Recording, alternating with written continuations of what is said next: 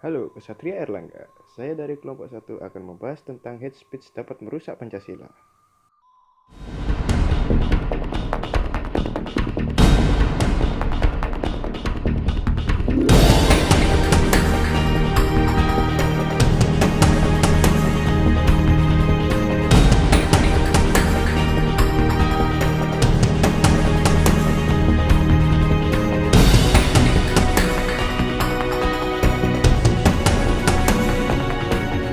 Makanya saya juga kaget, salah apa saya?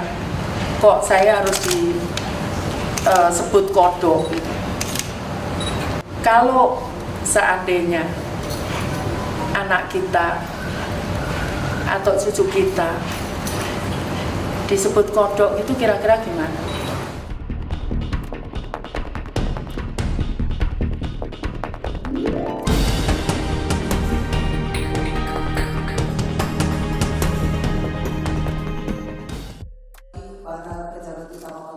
Presiden Joko Widodo akhirnya menanggapi dugaan penghinaan nama presiden yang dilakukan oleh musisi Ahmad Dhani. Ditemui saat memberikan pengarahan di Perguruan Tinggi Ilmu Kepolisian, Presiden meminta jika terbukti ada ujaran kebencian dan penghinaan simbol negara, kepolisian harus menindak. Tadi juga di dalam saya sampaikan yang berkaitan dengan hasutan kebencian, hal-hal yang berkaitan dengan penghinaan kepada simbol-simbol negara. Ya, kalau memang aturan hukumnya ada yang harus ditindaklanjuti.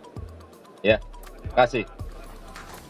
Sebelumnya musisi Ahmad Dhani dilaporkan Laskar Rakyat Jokowi karena dinilai telah menghina presiden.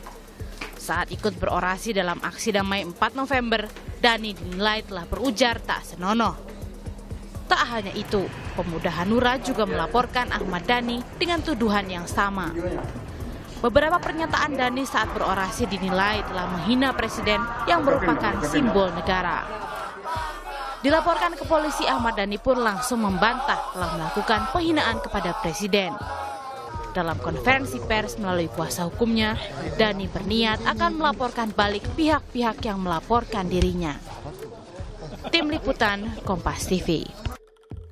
Kasus yang pertama, Zikria, yang diperkarakan oleh Pemprov Surabaya setelah menyebut Bu Risma sebagai kodok betina. Itu hinaan yang kasar sih, tapi dilaporinya menggunakan ujaran kebencian. Kemudian Melianus Dwitau, terduga penyebaran berita bohong atau hoak terhadap Kapolda Papua tentang kontak senjata di Kabupaten Intan Jaya, Papua. Emangnya ujaran kebencian apa sih? Apakah kasus tadi semuanya ujaran kebencian? Dan kenapa dunia ini sangat suka kebencian? Ya biarpun Valentine haram, kenapa sih gak enak mencintai gitu daripada membenci? Sederhananya, ujaran kebencian atau hate speech itu segala bentuk mempromosikan kebencian secara terbuka terhadap suatu kelompok masyarakat. Ujaran kebencian itu berpotensi untuk melakukan diskriminasi atau kekerasan. Pancasila sebagai ideologi negara tercantum dalam pembukaan Undang-Undang Dasar 1945. Dalam setiap pengembangan ilmu pengetahuan haruslah berdasarkan nilai-nilai Pancasila. Pentingnya Pancasila sebagai nilai pengembangan ilmu bagi seluruh rakyat Indonesia adalah untuk memperlihatkan peran Pancasila sebagai rambu-rambu normatif bagi pengembangan ilmu pengetahuan di Indonesia. Penghasutan dan penyebaran berita bohong baik yang terjadi dalam dunia maya maupun nyata. Lebih lanjut, ada 3 komponen utama yang harus dipenuhi oleh ekspresi dari sebuah ujaran kebencian yang dapat dikategorikan sebagai hate speech.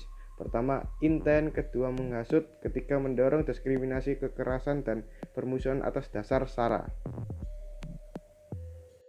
Ujaran kebencian dianggap sebagai pematik terjadinya konflik dan pihak hate speaker inilah yang hendak diredam speech-nya untuk mencegah konflik. Hal penting lain yang perlu dipahami adalah memang benar bahwa beberapa tindakan yang tergolong hate speech sebenarnya juga telah termuat dalam kitab undang-undang hukum pidana.